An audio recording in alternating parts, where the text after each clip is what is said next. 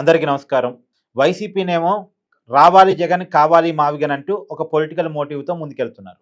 ఇంకోవైపు కూటమి ప్రభుత్వమేమో అమరావతికి చట్టబద్ధత కల్పించుకొని, అమరావతి ఆంధ్రప్రదేశ్ ఏకైక రాజధాని అని ఇంకెవరు మార్చడానికి కూడా అవకాశం లేకుండా అమరావతిని ముందుకు తీసుకెళ్తా ఉంది.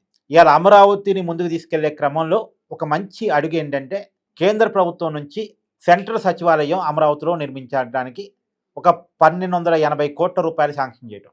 నిన్న కేంద్ర కేబినెట్ డిపిఆర్ ఆమోదించింది.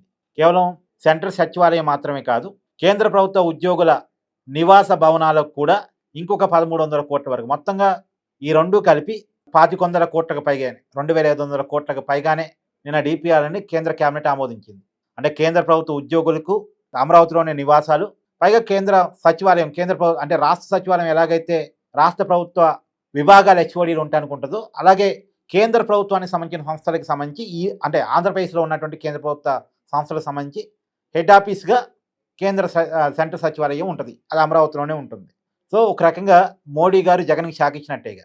ఆల్రెడీ చట్టబద్ధత అమరావతికి పార్లమెంట్లో ఇచ్చారు, అది ఓకే. అదిగాక సెంట్రల్ సచివాలయం కూడా అమరావతిలో పెట్టడం అంటే మేము అమరావతిని బలంగా ధృవీకరిస్తున్నామని కేంద్రం చెప్పడమే. ఇంకా జగన్ మావిగన్ అని ప్రచారం చేయగలిగింది ఏం లేదు. మావిగన్ అనేది మాటలకే తప్ప రియాలిటీలో ఉండేటువంటి స్లోగన్ కాదది.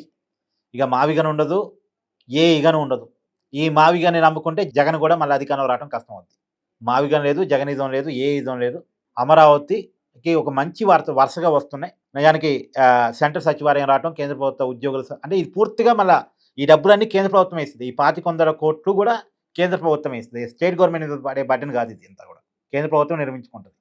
సో ఇలా కేంద్ర ప్రభుత్వ విభాగాలన్నీ కూడా అమరావతిలోనే పెట్టినప్పుడు ఎవరికి ఇష్టం ఉన్నా లేకపోయినా అమరావతిని రాజధానిగా అంగీకరించాల్సిందే. మీ అభిప్రాయాన్ని కూడా కామెంట్ చేయండి. Thank you.